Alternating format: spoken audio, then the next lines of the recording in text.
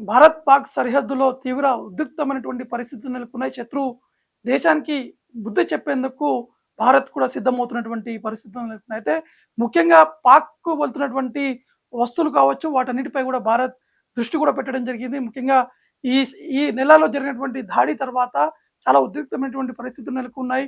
నువ్వా నేనా అనే విధంగా కూడా 2 దేశాల మధ్య ఒక వార్ కూడా కొనసాగుతున్నటువంటి పరిస్థితులు నెలకొన్నాయి. ఒకవైపు భారత్ ఎట్టి పరిస్థితుల్లో వారిపై దాడి చేసేందుకు సిద్ధమవుతున్నటువంటి పరిణామాలు చోటు చేసుకున్నాయి. ఎందుకంటే 26 మంది ఇటు భారత్ చెందినటువంటి టూరిస్టులు కూడా పహల్గామ్‌లో ఉగ్రవాదులు వారిని అంతం చేసినటువంటి సందర్భం నెలకొంది కాబట్టి దీన్ని భారత ప్రభుత్వం కూడా తీవ్ర స్థాయిలో సీరియస్‌గా తీసుకున్నారు. ప్రధాని మోడీ ఖచ్చితంగా వారిని వదిలిపెట్టేది లేదనే విధంగా కూడా కొన్ని కామెంట్స్ కూడా చేయడం జరుగుతుంది. దీనిపై అనేక వ్యూహాలు కూడా రచిస్తున్నటువంటి సందర్భం కూడా నెలకొంది. ముఖ్యంగా ఇటు సరిహద్దు ప్రాంతాల్లో ఉన్నటువంటి ప్రాంతం కావచ్చు, ఇటు ఏదైతే అక్కడ ఉన్నటువంటి ప్రాంతాల్ని కూడా పూర్తి స్థాయిలో దిగ్బంధం చేసేందుకు భారత ప్రభుత్వం కూడా యోచిస్తుంది. ముఖ్యంగా ఔషధాలకు సంబంధించినటువంటి విషయాలపై కూడా వారు ఫోకస్ కూడా చేస్తున్నారు. ఎందుకంటే ఇక్కడి నుంచి ఆ దేశానికి వెళ్తున్నటువంటి ఔషధాలు కావచ్చు, ఇంకా ఇతర వస్తువులు ఏవి ఉన్నాయి వాటిపై కూడా ఫోకస్ పెట్టేందుకు కూడా భారతదేశం కూడా చాలా యాక్టివ్‌గా ఈ కీ రోల్ కూడా పోషిస్తున్నట్టు కూడా తెలుస్తుంది. ముఖ్యంగా ఒక ఆహ్, ఇటు ఫార్మా సంబంధించినటువంటి వైద్యులు కావచ్చు, ఇతర కొంతమంది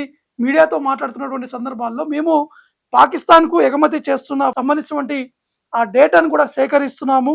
దానికి సంబంధించినటువంటి pharmaceutical export promotion council of India నుంచి కూడా ఆ దిశగా చేస్తుంది. త్వరలో దానికి సంబంధించినటువంటి వివరాలు కూడా వస్తాయని చెప్పేసి ఒక సీనియర్ అధికారి కూడా ఇటు ఒక జాతీయ మీడియాకి కూడా ఈ అంశాన్ని ప్రస్తావించడం జరిగింది. కాబట్టి ప్రభుత్వం గుణకాల ప్రకారం ఇటు భారత్ సంబంధించినటువంటి ఔషధాలు ఏవైతే ఉన్నాయో వాటన్నీ కూడా చాలా దేశాలకు కూడా ఉత్పత్తి అవుతున్నాయి కాబట్టి ప్రధానంగా 219 దేశాల్లో పాక్ 38 స్థానాల్లో ఉంది కాబట్టి దీనికి సంబంధించినటువంటి దిగుమతి కూడా జరుగుతుంది. వాటిని కూడా ఆపేందుకు అనేక ప్రయత్నాలు కూడా చేస్తున్నటువంటి సందర్భాలు నెలకొంది. ఇక ఈ కామర్స్‌తో పాటు ఎలక్ట్రికల్ ఉత్పత్తులకు సంబంధించినటువంటి పైన కూడా వారు ఆంక్షలు కూడా విధించేటువంటి అవకాశాలు కూడా కనిపిస్తున్నాయి. ముఖ్యంగా పాకిస్తాన్ ఎలక్ట్రానిక్ ఈ కామర్స్ వస్తువుల ఎగుమతికి పరిమితం చేయాలని చెప్పేసి భారత్ భావిస్తుందని సమాచారం అందుతుంది. దాంతో పాటు ఎలక్ట్రానిక్ ఈ కామర్స్ ఉత్పత్తులతో పాటు గ్లోబల్ ట్రేడ్ రీసెర్చ్ డేటా ప్రకారం ఈ థర్డ్ కంట్రీస్ ద్వారా $10 బిలియన్ పైగా విలువైనటువంటి భారత వస్తువులు అనేది ఎగుమతి అవుతున్నాయని చెప్పేసి కూడా ఇప్పటికే అధికారులు కూడా భావిస్తున్నారు.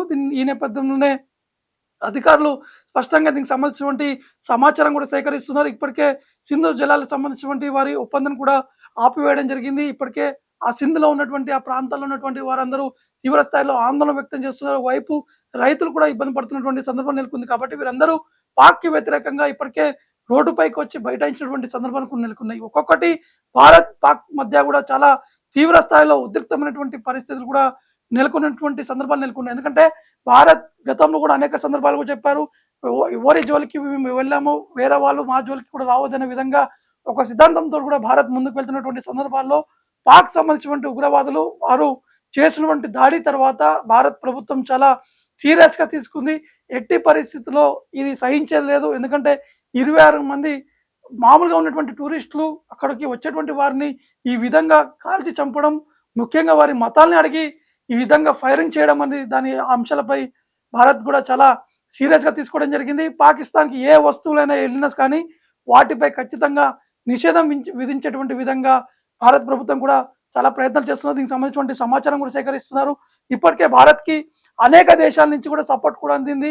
ఇటు పాకిస్తాన్‌కి చైనా కూడా సపోర్ట్ చేస్తున్నటువంటి విధంగా మరోవైపు ఈ 2 దేశాలు కూడా సంయమనం పాటించాలి. ఈ యుద్ధాలకు వెళ్ళొద్దని చెప్పేసి ఒకవైపు చైనా కూడా అంటనట్టు కూడా చైనా వ్యవహరిస్తున్నటువంటి సందర్భాల్లో ఇప్పటికే అనేక దేశాలు పాక్‌కి వ్యతిరేకంగా ఉండడం, భారతదేశానికి మద్దతు తెలపడము, దీనికి సంబంధించిన విషయాలపై కూడా భారత్ చాలా ఆచితూచిగా వ్యవహరించడము, ఖచ్చితంగా శత్రు దేశాన్ని మట్టుపెట్టేందుకు భారత సైన్యం కూడా సిద్ధమవుతున్నటువంటి సందర్భాలు నెలకొన్నాయి.